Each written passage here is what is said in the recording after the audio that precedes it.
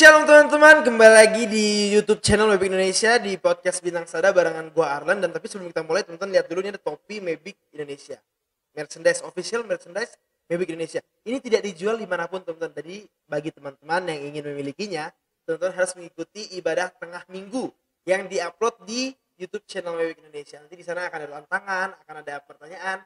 Bagi teman-teman yang benar menjawabnya, teman-teman berpeluang untuk mendapatkan benda-benda semacam ini. Ada juga string bag dan yang lain-lain ya. Teman ikuti ibadah tengah minggu di YouTube channel Mavic Indonesia. Oke, kembali ke podcast kita karena hari ini sedikit berbeda. Kalau di 2 episode sebelumnya aku ada mewawancarai narasumber, tapi kali ini sendiri karena materi atau tema kita hari ini adalah menemukan panggilan Tuhan. Secara garis besar, menemukan panggilan Tuhan. Panggilan Tuhan itu adalah seperti tujuan. Kenapa Tuhan menciptakan kita? Aku dan kamu, gua dan lo di dunia ini. Ada tujuannya karena Tuhan punya rencana untuk semua orang yang diciptakannya. Dan teman-teman, menurut aku pribadi ya, sebagai orang Kristen, kita harus menemukan panggilan Tuhan dalam hidup kita. Tuhan mau apa dalam hidup kita? Karena kalau kita belum menemukan panggilan Tuhan dalam hidup kita itu hidup tuh kayak nggak ada arah. Kita tuh kayak melakukan hal ini, melakukan hal itu tanpa tujuan yang jelas. Jadi teman-teman harus menemukan dulu panggilan Tuhan dalam hidup teman-teman. Tapi ada juga yang bilang, aku nggak mau tahu apa panggilan Tuhan dalam hidup aku. Aku nggak mau nih mencari tahu ataupun mengenal, karena biasanya panggilan Tuhan itu berbeda dari cita-cita yang aku cita-citakan, yang aku susun, yang aku rancang gitu ya. Tapi percaya teman-teman, panggilan Tuhan itu yang terbaik untuk diri kita semua. Panggilan Tuhan itu yang terbaik karena Tuhan tahu yang terbaik. Bahkan kita sendiri nggak tahu yang terbaik untuk diri kita, tapi Tuhan tahu yang terbaik untuk diri kita. Dan panggilan Tuhan tidak akan pernah membawa kecelakaan atau malapetaka bagi diri kita, apalagi untuk orang lain. Karena semua yang diciptakan Tuhan Yesus itu diperlengkapi, dipersiapkan dia untuk melakukan pekerjaan baik. Pekerjaan baik ini yang pasti baik menurut Tuhan ya, bukan menurut manusia.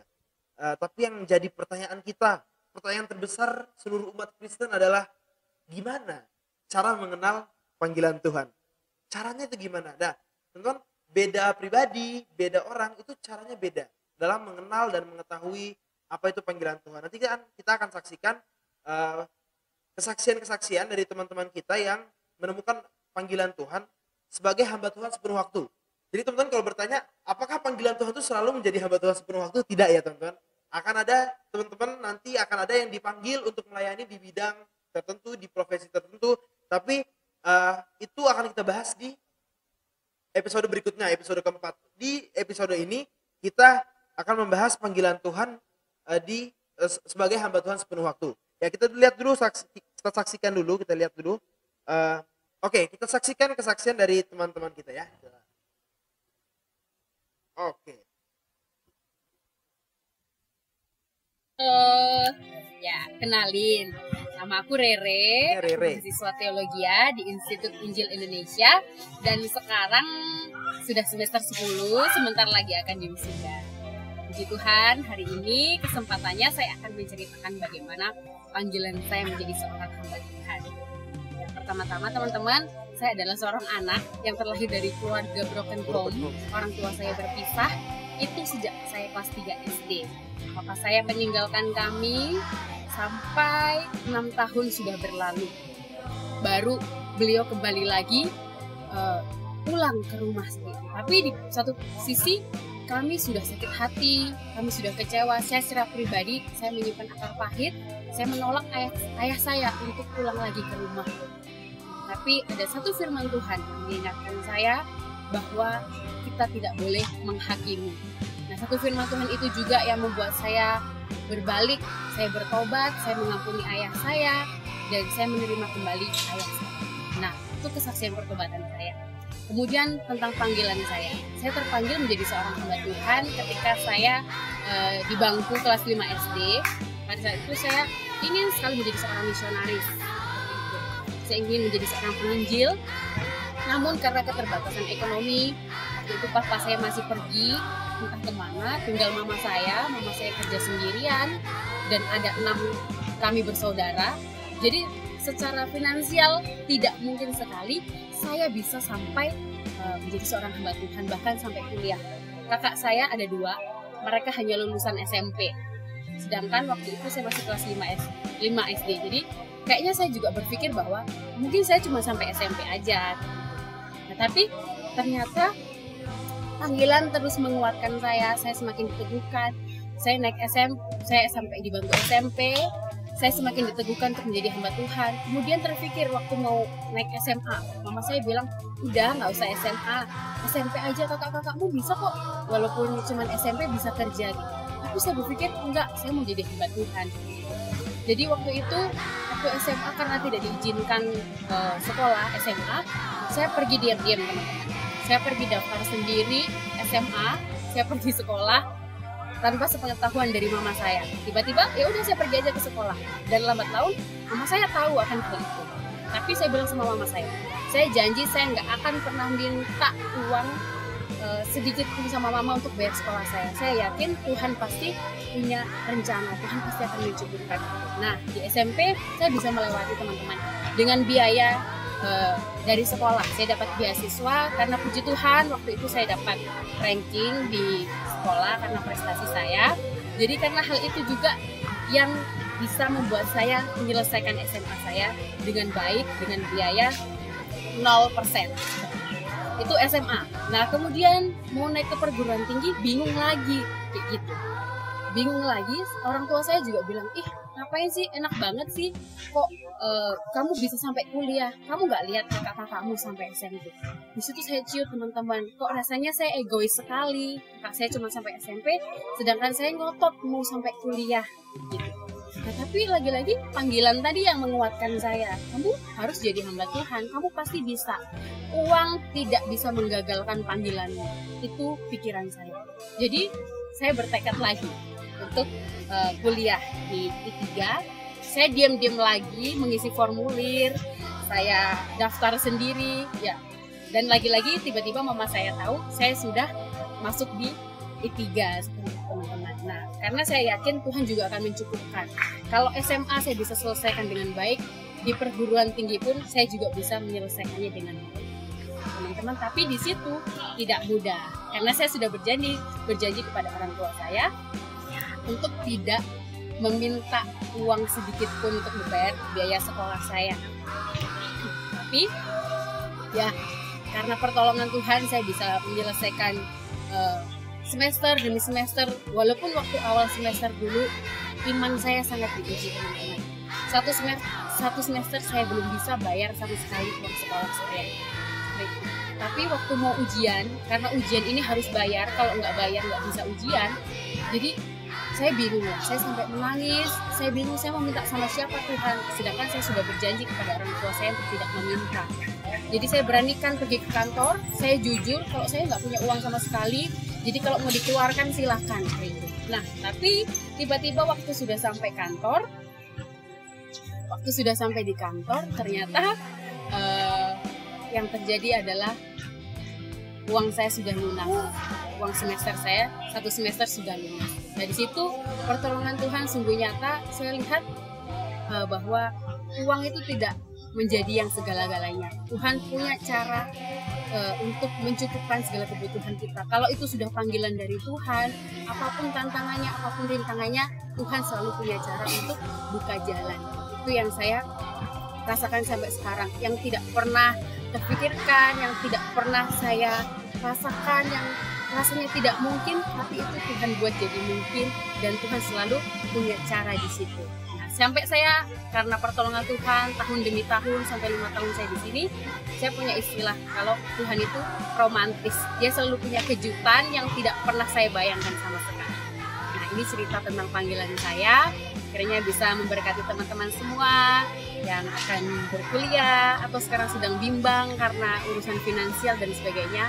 Kalau kita punya tekad, kalau kita punya iman, kita punya Tuhan yang lebih besar dari masalah-masalah. Terima kasih. Luar biasa. Kita punya Tuhan yang lebih besar daripada masalah-masalah. Tuhan itu romantis, guys, ternyata. Dia selalu punya kejutan untuk kita semua, ya, katanya. Kakak ini, teman kita ini ada akar pahit dengan keluarganya, ada punya keterbatasan secara finansial, tapi yang tadi kita saksikan bersama, dia bilang bahwa uang tidak akan menghentikan panggilannya dia. Jadi Tuhan memberikan cara, Tuhan selalu punya cara untuk memastikan bahwa panggilan atau rencana Tuhan itu terlaksana. Luar biasa, luar biasa. Puji Tuhan.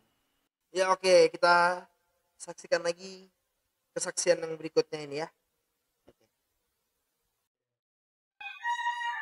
Shalom teman-teman, perkenalkan nama saya adalah Elizabeth dan puji Tuhan saat ini saya melayani bersama Mebik Indonesia. Awalnya saya melayani di Mebik Indonesia dari tahun 2011. Saya bukanlah seorang dengan latar belakang pendidikan Alkitab atau teologi ya. Tapi setelah saya lulus dari salah satu universitas di Jakarta, pada saat itu saya mengambil jurusan sastra Jepang. Dan setelah saya lulus, saya sempat bekerja di satu tempat mengajar bahasa asing. Dan saat itu Tuhan memanggil saya untuk melayaninya, untuk melayani anak-anak di Indonesia.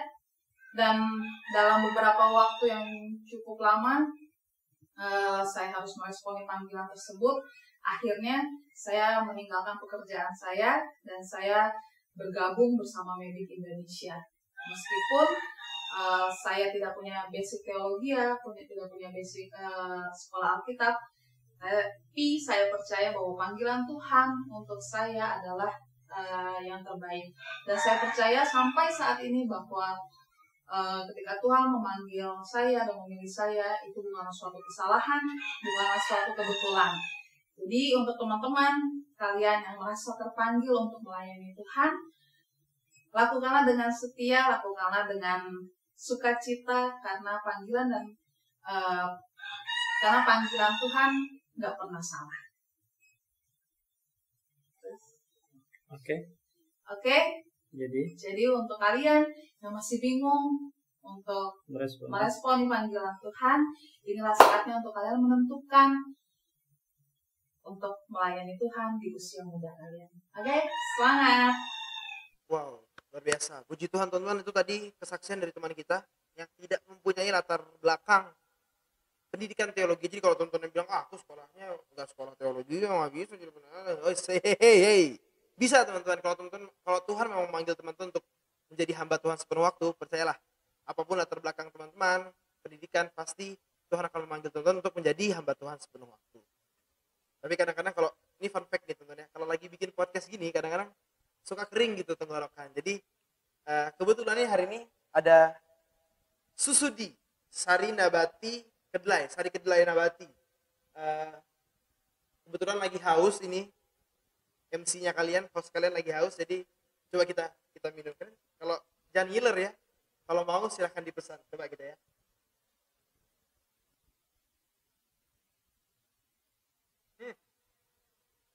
Mantap teman-teman, sangat segar sekali. Ini tanpa pengawet.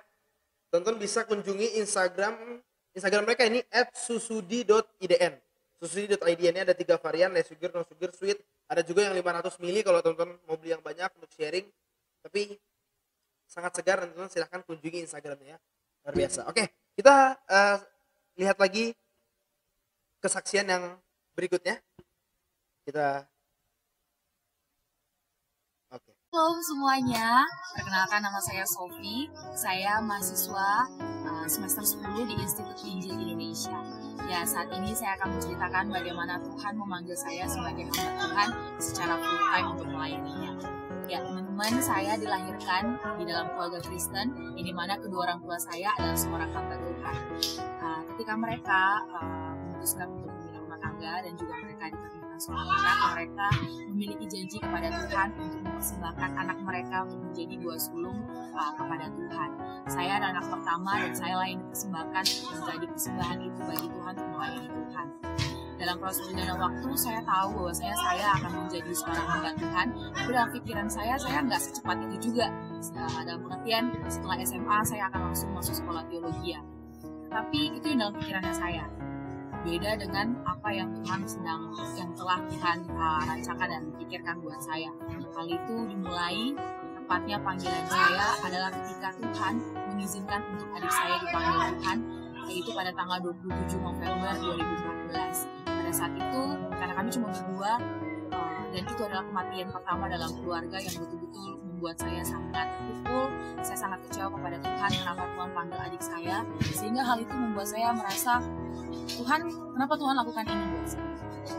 Di luar semuanya itu, ternyata Tuhan punya rencana bahwasanya sebulan kemudian, yakni di malam Natal, saya dapat panggilan itu untuk menjadi seorang hamba Tuhan.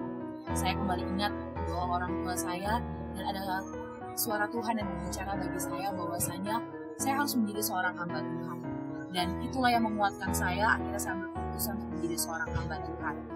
Saya bilang kepada orang tua saya, papa saya pada saat itu, bahwasanya, Pak, saya mau jadi seorang hamba Tuhan, saya mau masuk D3.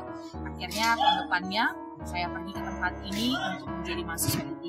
Seminggu sebelum saya masuk menjadi seorang mahasiswa D3, Tuhan dengan segala kedaulatannya mengizinkan mama saya kembali dipanggil Tuhan. Pada saat itu tentu perasaan saya sangat berkecamuk. Saya berpikir, kenapa saya sudah mau menyerahkan diri bagi Tuhan, saya mau dibentuk, dibina di tempat ini, tapi kenapa Tuhan izinkan mama saya dipanggil Tuhan. Akhirnya saya pulang kembali ke Batam, saya mengurus segala sesuatu di sana bersama dengan papa saya, dan saya sangat mau dikatakan luka dari 8 bulan sebelumnya ketika adik saya meninggal itu saja, itu belum kering istilahnya. Tapi kenapa Tuhan izinkan untuk mama saya saat ini dipanggil Tuhan? Pada saat itu saya sangat berontak gitu dengan Tuhan. Tapi ketika pada saat ibadah pemakaman, saya nggak tahu kekuatan itu dari mana, tapi saya tahu, yakin dan percaya itu Tuhan sendiri yang memberikan kekuatan itu bagi saya, sehingga saya tetap bertekad, saya tetap memutuskan bahwasanya saya harus tetap pada panggilan saya, yakni saya mau menjadi seorang hamba Tuhan. Akhirnya saya kembali ke Batu, saya resmi menjadi seorang mahasiswa teologi, mahasiswa di tempat ini. Tapi ternyata teman-teman, nggak cuma sampai di situ. Tuhan izinkan ada lagi banyak hal, tantangan, pergumulan yang Dia izinkan, yakni melalui kesehatan saya. Saya ingat pada saat itu saya sudah tingkat 1, semua kalian naik ke tingkat 2. Saya sakit yang cukup parah, yakni saya sakit TBC. Saya mesti diisolasi selama 6 bulan di asrama, berpisah dengan semuanya. Di tengah-tengah proses yang saya alami, saya jalani, Tuhan juga izinkan papa saya dipanggil Tuhan. Orang yang tinggal satu-satunya harapan saya, yang saya andalkan, akhirnya dipanggil Tuhan juga di 1 tahun setelah mama saya dipanggil Tuhan. Dan itu adalah satu hal yang begitu memukul saya, bagaimana bisa orang tua saya, semuanya, keluarga saya, anggota keluarga saya semuanya dipanggil Tuhan. Di saat saya sudah menyerahkan diri menjadi hamba Tuhan. Saya pulang ke Batam, menyelesaikan segala sesuatunya sendiri di sana, mulai dari mengurus ibadah pemakaman dan lain sebagainya, kemudian semua hal yang kami miliki di sana. Dan sekali lagi saya mendapat kekuatan yang terus menjadi ayat yang selalu saya pegang. Dalam firman Tuhan dikatakan, sekalipun ayahmu dan ibumu meninggalkan engkau, tetapi aku menyambut kamu. Dan itu yang terus menguatkan saya hingga sampai saat ini, bahwasanya sekalipun ayahmu dan ibumu, bahkan semua anggota keluargamu meninggalkan kamu, ada Tuhan Yesus, Dia Bapa yang setia yang tidak akan pernah meninggalkan kamu sendirian. Dan itu yang menjadi jaminan buat saya hingga sampai saat ini.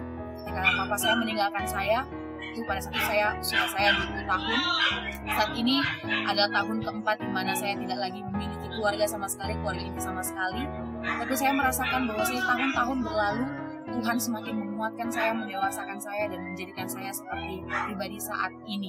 Dan saya mau katakan bahwasanya itu semua karena Tuhan Yesus. Mungkin di waktu yang lalu saya katakan, nggak mungkin saya bisa ada sampai saat ini, nggak mungkin. Ketika saya kehilangan adik saya, mama saya, kemudian saya kehilangan kesehatan saya, dan kemudian saya kehilangan papa, saya bisa bertahan. Tuhan patahkan itu semua dengan janjinya bahwasanya Tuhan tahu yang terbaik buat kehidupan saya. Jadi saat ini, bahkan di bulan ini, bertepatan adalah bulan di mana mama dan papa saya dipanggil Tuhan, bertepatan juga bulan di mana saya dilahirkan. Saya cuma mau katakan bahwasanya apapun yang terjadi, Tuhan Yesus tetap baik. Dan saya nggak punya sedikit pun keraguan mengenai masa depan, masa muda dan masa depan saya. Bahwasanya saya tahu, yakin dan percaya Tuhan pegang kendali sepenuhnya atas kehidupan saya. Jadi saya cuma mau katakan, nggak ada alasan untuk saya nggak pakai masa muda saya untuk melayani Tuhan sepenuh waktu. Jadi buat teman-teman yang menyaksikan kesaksian ini, tetaplah berdoa, percayalah kepada Tuhan bahwasanya Tuhan tahu yang terbaik buat setiap kita. Dan ketika Tuhan sudah panggil kita, mau sampai kemanapun Tuhan kita, mau sampai kemanapun sejauh apapun kita lari dari panggilan Tuhan, Tuhan akan tarik kita, Tuhan akan bentuk kita sesuai dengan apa yang Dia mau. Jadi tetap semangat. Tuhan Yesus memberkati kita semua. Shalom. Oke, wow, luar biasa sekali teman-teman, puji Tuhan. Kita lihat tadi teman kita yang ini menemukan panggilan Tuhan untuk menjadi hamba Tuhan sepenuh waktu, memang dinazarkan oleh orang tuanya. Jadi buah sulung, akhirnya dia menjadi hamba Tuhan sepenuh waktu. Tapi dalam dia menghidupi panggilan Tuhan itu banyak sekali musibah, rintangan, bahkan yang sangat menyerang mungkin mental atau psikologinya dia, bahkan orang tuanya dia meninggal dua-duanya, adiknya meninggal, sekarang hidup sendiri. Teman bisa bayangin hidup sendiri, keluarganya intinya nggak ada lagi. Tapi kakak ini tetap percaya kepada Tuhan, tetap memandang panggilan Tuhan itu penting dan harus untuk dilakukan dan harus dilakukan seumur hidup. Jadi luar biasa, puji Tuhan. Terima kasih Kak Sofi tadi namanya telah sharing, sangat memberkati kita semua. Kita saksikan lagi ada teman kita berikutnya.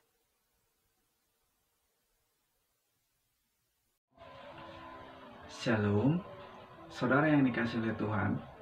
Perkenalkan, nama saya Jen Rahasiaan. Saya berasal dari Sumatera Utara, tepatnya dari kota Pematang Siantar. Saat ini saya sedang kuliah di Institut Injil Indonesia Batu Malang. Sekarang saya semester 10, dan kalau Tuhan izinkan, tanggal 22 Agustus ini saya akan wisuda. Saudara yang dikasih oleh Tuhan, dalam kesempatan ini saya akan menceritakan bagaimana saya menerima Tuhan Yesus dan memutuskan untuk melayani Dia sepenuhnya. Sebelum mengenal Tuhan Yesus, kehidupan saya sangat hancur. Ada banyak kejahatan-kejahatan yang saya lakukan. Saya pemakai narkoba, saya mencuri, saya penganiaya, pembunuh, bahkan melakukan dosa seks. Ada banyak dosa-dosa yang masih saya lakukan. Hal itu jelas saya lakukan karena saya tidak memiliki pemahaman bahwa hidup yang saya jalani itu adalah sebuah anugerah yang Tuhan persembahkan. Setelah mengenal Kristus, baru saya memahami bahwa hidup yang Tuhan berikan itu sangat berharga. Yesus lahir ke dunia itu untuk saya. Yesus mati di kayu salib itu untuk saya. Yesus naik ke surga itu untuk saya. Jadi saya hidup untuk Kristus. Setelah mengenal Kristus,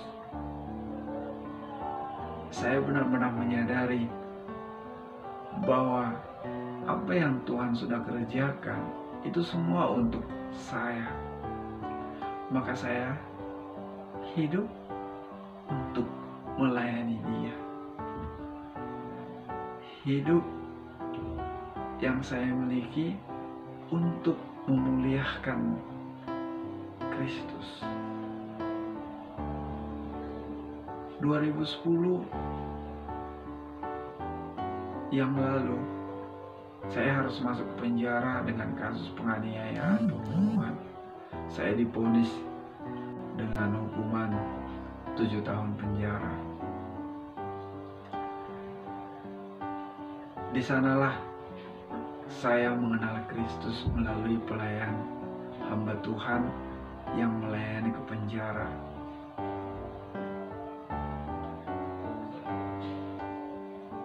Pada awalnya, saya beranggapan bahwa kehidupan yang saya jalani ini tidak bisa diperbaiki lagi. Tetapi bukti nyata yang saya alami setelah mengenal Kristus, banyak hal yang Tuhan kerjakan.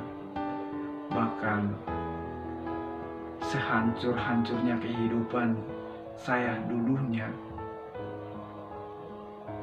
Tuhan dapat ubahkan. Sekarang saya bisa melayani Tuhan. Saya melayani Tuhan sepenuhnya.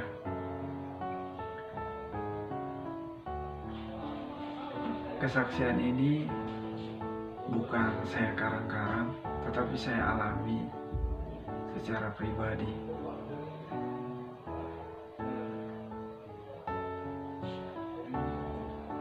Biarlah kiranya kesaksian ini boleh memberkati kita semua.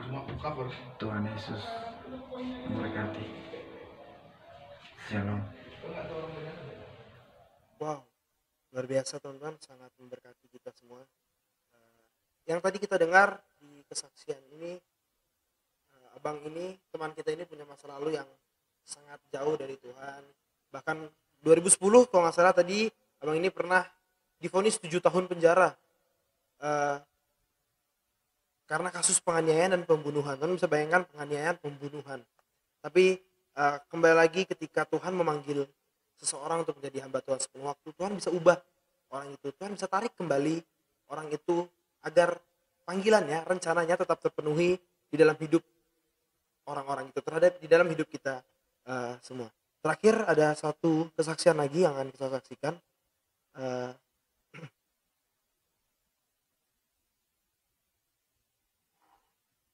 Oke. Kita saksikan. Shalom saudara-saudari yang dikasih Tuhan. Perkenalkan, nama saya Freddy William Luji. Saya adalah salah satu mahasiswa Institut Injil Indonesia Fakultas Teologi. Saya akan menceritakan bagaimana pertolongan Tuhan yang nyata dalam kehidupan saya. Saya dilahirkan dan dibesarkan dari latar belakang orang yang takut akan Tuhan. Mulai dari kakek saya, bapak saya, bahkan paman saya adalah seorang hamba Tuhan. Dari kecil saya sudah dididik untuk takut akan Tuhan. Bahkan kedua orang tua saya menginginkan agar ketika saya besar, saya menjadi seorang pendeta. Namun pada saat itu saya menolaknya. Seiring berjalannya waktu dan usia saya semakin bertambah, saya pun semakin menjauh daripada Tuhan.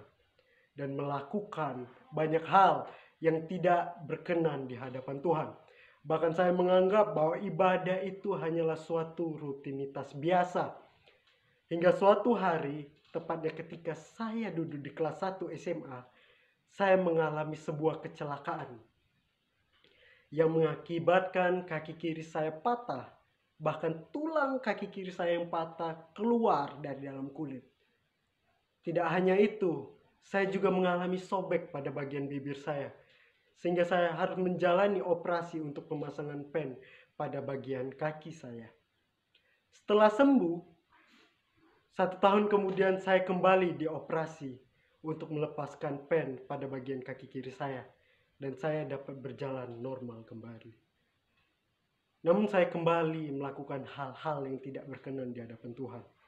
Hingga akhirnya 1 bulan kemudian setelah operasi pelepasan pen, tepatnya waktu saya duduk di kelas 3 SMA, Tuhan mengizinkan saya mengalami kecelakaan yang kedua. Pada saat itu saya dan teman-teman saya ingin touring ke daerah yang disebut Kebun Teh Kabawetan, tepatnya di daerah Bengkulu. Sebelum berangkat, kami terlebih dahulu berdoa kepada Tuhan. Namun ada suara yang mengatakan kepada saya bahwa salah satu dari kami akan ada yang mengalami kecelakaan. Namun saya mengabaikan hal tersebut. Bahkan di perjalanan saya merasa bahwa badan saya ditusuk dengan jarum yang sangat banyak. Hingga salah satu dari teman saya mengatakan bahwa saya terlihat aneh. Dan ia memutuskan untuk pulang. Namun saya tetap menginginkan agar perjalanan tetap berlangsung dan kami tiba di tempat dengan selamat. Saat perjalanan pulang menuju ke rumah kami masing-masing, tepatnya di daerah pegunungan yang bernama Liku 9, saya mengalami sebuah kecelakaan. Kecelakaan saya yang kedua, di mana saya ditabrak oleh sebuah fuso yang datang dari arah yang berlawanan. Dan saya harus menabrak fuso tersebut agar saya tidak jatuh ke dalam jurang. Setelah itu saya pun tidak sadarkan diri. Menurut saksi mata yang ada di tempat kejadian, saya masuk ke bagian kolong fuso tersebut, ke bagian bawah fuso tersebut, dan saya hampir terlindas. Namun Tuhan masih menolong saya. Tangan kanan saya tersangkut pada bagian besi yang ada di bawah fuso tersebut, yang mengakibatkan saya terlempar keluar dari kolong fuso tersebut, sehingga mengakibatkan tangan kanan saya menjadi patah menjadi 3 bagian dan otot tangan saya terputus. Namun tidak sampai di situ saja. Setelah fuso tersebut lewat, paha saya pun dilindas oleh sebuah mobil pick up yang berada di belakang fuso tersebut dan mengakibatkan tulang paha saya harus patah. Dan saya harus kembali menjalani operasi untuk pemasangan pen. Nah, hari kedua setelah operasi, tepatnya pukul 2 pagi, saya tidak sadarkan diri. Saat itu juga saya menangis. Saya melihat bahwa Tuhan memeluk saya dengan erat. Dan beberapa lama kemudian, Tuhan melepaskan saya dari pelukannya. Dan saat itu juga Tuhan berkata kepada saya, untuk memberitakan kebenaran tentang Tuhan Yesus Kristus. Dan pada akhirnya saya sadar dan melihat orang tua saya panik melihat saya tidak sadarkan diri. Beberapa bulan kemudian ternyata saya mengalami cacat pada bagian tangan kanan saya. Bahkan dokter di daerah tersebut mengatakan bahwa saya akan mengalami cacat seumur hidup. Sehingga hal ini membuat saya semakin down. Namun Tuhan tidak tinggal diam. Tuhan memberikan jalan keluar bagi saya, di mana saya dipertemukan dengan seorang dokter di Surabaya yang bernama Dr. Heri Suroto. Dan saya harus kembali menjalani operasi untuk kesekian kalinya untuk memindahkan otot paha saya ke bagian tangan kanan saya agar dapat melakukan aktivitas seperti biasa lagi. Dan saya berdoa, jika Tuhan ingin saya menjadi seorang hamba Tuhan, maka Tuhan akan memulihkan tangan saya. Tuhan akan menyembuhkan tangan saya. Dan seiring berjalannya waktu, tangan kanan saya mulai dipulihkan Tuhan. Bahkan banyak pelayanan yang dapat saya lakukan dengan tangan kanan saya. Oleh karena itu saya mengambil keputusan untuk mengikuti panggilan Tuhan dan dibentuk di Institut Injil Indonesia. Terima kasih, Tuhan Yesus memberkati. Oke teman-teman, luar biasa sekali kesaksian dari teman kita ini, dari Abang Frederick. Dia berkali-kali kena kecelakaan, tulangnya patah segala macam, bahkan sempat nggak bisa ini ya, tadi kita lihat tangannya nggak bisa gerak, akhirnya dipertemukan dengan dokter gitu, akhirnya bisa kembali bergerak seperti sedia kala. Oke teman-teman, dari video yang kesaksian yang kita lihat tadi bersama-sama, bahwa hanya orang yang mengenal Tuhan yang bisa menemukan panggilan Tuhan. Bagaimana kita mau menemukan panggilan Tuhan kalau kita bahkan belum mengenal Tuhan itu, bahkan kita belum dekat dengan Tuhan. Jadi teman-teman, ada orang yang menemukan panggilan Tuhan setelah dia patah tulang, kecelakaan, ada yang setelah dia melakukan dosa, masuk penjara, Tuhan ubahkan, ada yang bahkan dari kecil, dari SD, dari SMP sudah mendapat panggilan Tuhan untuk menjadi hamba Tuhan sepenuh waktu. Jadi teman-teman, jangan takut dengan panggilan Tuhan. Jangan takut jika nanti suatu saat Tuhan panggil teman-teman untuk menjadi hamba Tuhan sepenuh waktu. Karena pasti akan ada tantangan, akan ada kesulitan. Tapi percayalah teman-teman, Tuhan akan memberikan kekuatan. Tuhan akan menyertai teman-teman semua. Tuhan akan menunjukkan jalan keluar untuk semua masalah teman-teman semua. Jadi teman-teman, panggilan itu harus dijaga seumur hidup. Harus digunakan untuk memuliakan nama Tuhan. harus digunakan untuk memberkati orang lain. Percaya teman-teman, orang yang paling tersakiti sekalipun, orang yang paling berdosa sekalipun bisa dipakai Tuhan untuk membawa berkat bagi orang lain. Jadi teman-teman semangat dalam menemukan panggilan hidup teman-teman, panggilan Tuhan. Dan nanti ketika teman-teman menyadari bahwa panggilan yang Tuhan berikan kepada teman-teman tidak hanya tentang diri teman-teman sendiri, tidak hanya tentang diri sendiri, tapi juga tentang orang-orang lain, maka nanti Tuhan akan menggunakan teman-teman dengan caranya yang luar biasa. Semangat dan selamat dalam menemukan panggilan Tuhan dalam hidup kita masing-masing, dan Tuhan Yesus memberkati kita semua.